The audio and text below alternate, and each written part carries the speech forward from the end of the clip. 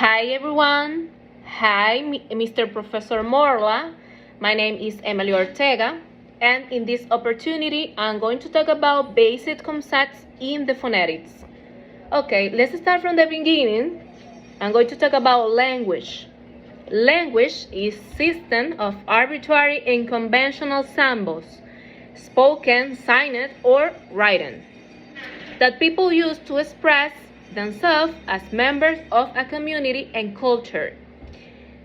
Its main functions are communication, identity, expression, play, and emotional release.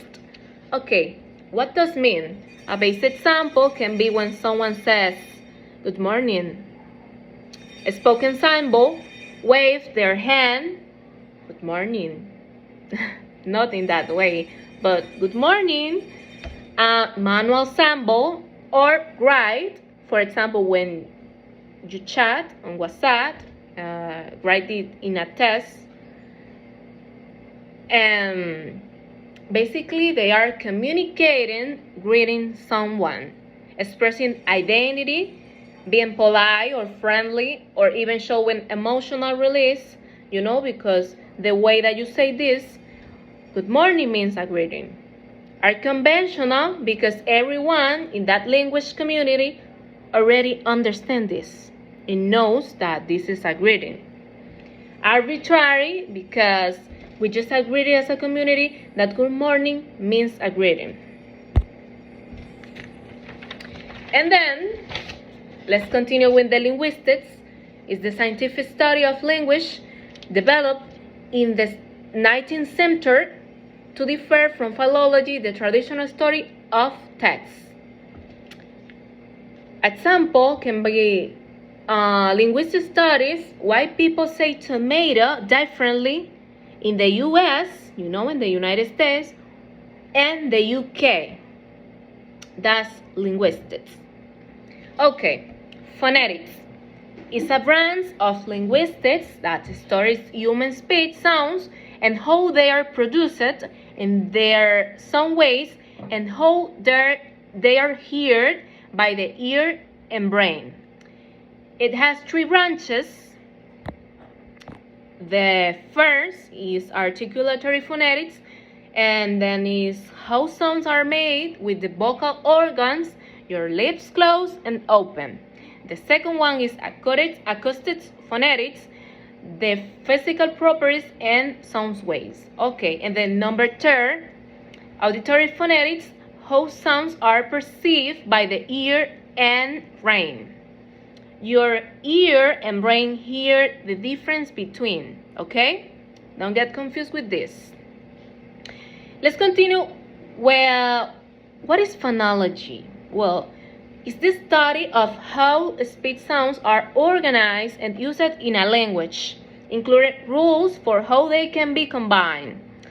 In English, for example, the phoneme ng, as you see here, as in sign, never starts a word. That's a phonological rule. And then, for finish with the phonology, I want to show you that phono is equal sound and logy is equal study. And then if you put together these two words, is the study of sound.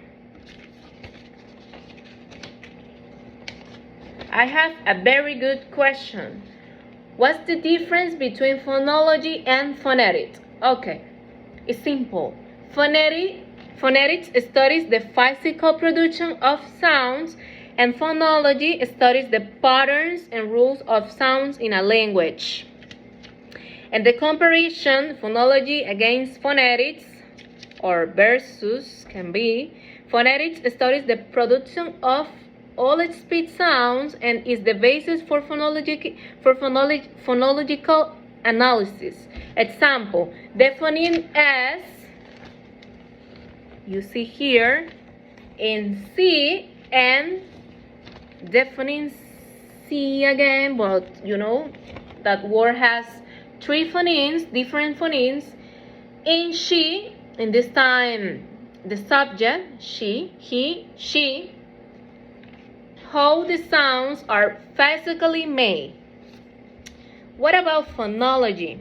Studies sound patterns in a specific language and supports work in morphology, syntax, and writing system. Example, in English, the same phoneme that is S and S are different phonemes that change meaning. For example, the word sip and chip. Sip and chip. This one. Sit and sit versus chip. Finally, what is a phoneme? Everybody wants to know what is a phoneme. It's the smallest unit of a sound in a language that can change meaning. For example, the phoneme P and V in English are different phonemes because pat, bat are two words that they have different phonemes. Pat, bat. Changing the sounds changes the word's meaning. What is an allophone? It's a variation of a phoneme that doesn't change meaning in a language.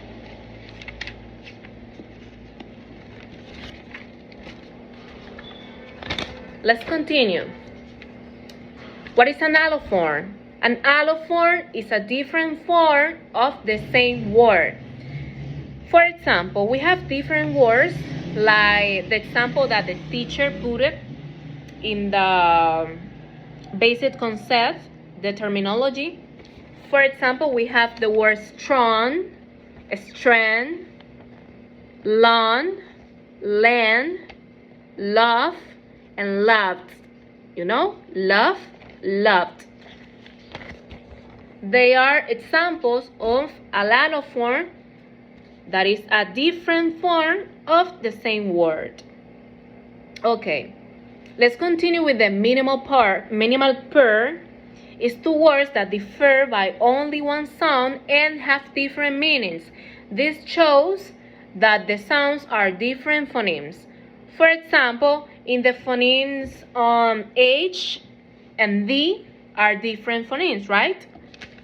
But we have two words, hog, H-O-G, and dog, D-O-G. Hot, dot. Hot, dot. Okay, let's continue with the homophones. Homophones, sorry for this. Homophones. Words sharing the same phoneme pattern and pronunciation. Okay, a beautiful example of this is the word two, the number two, and two. Two. Two, two. See, see. There are different words, but they have the same phoneme. I say the same sound, the same phoneme. Vi, vi. Homograph. Okay, the homograph are words that are spelled the same but have different meanings and sometimes different pronunciations. Don't get confused with this. I have a very beautiful example of this. Where do you live? It's a question. Where do you live?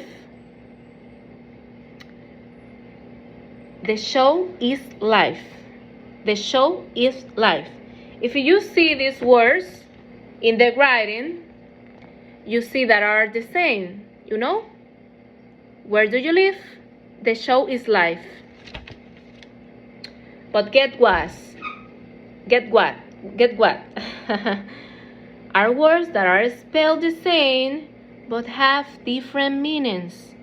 And sometimes, as the example that I give you, different pronunciations. For example, what is the world record? What is the world record? Please record the program on channel 8.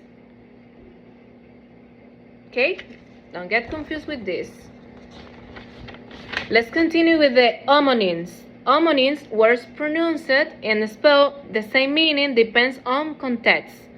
For example, right, the word right. Words pronounced and spelled the same meaning depends of the context.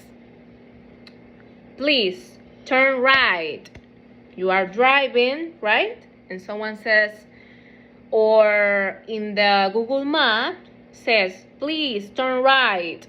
You don't have to go to the left. You have to go to the right. That's a location, right?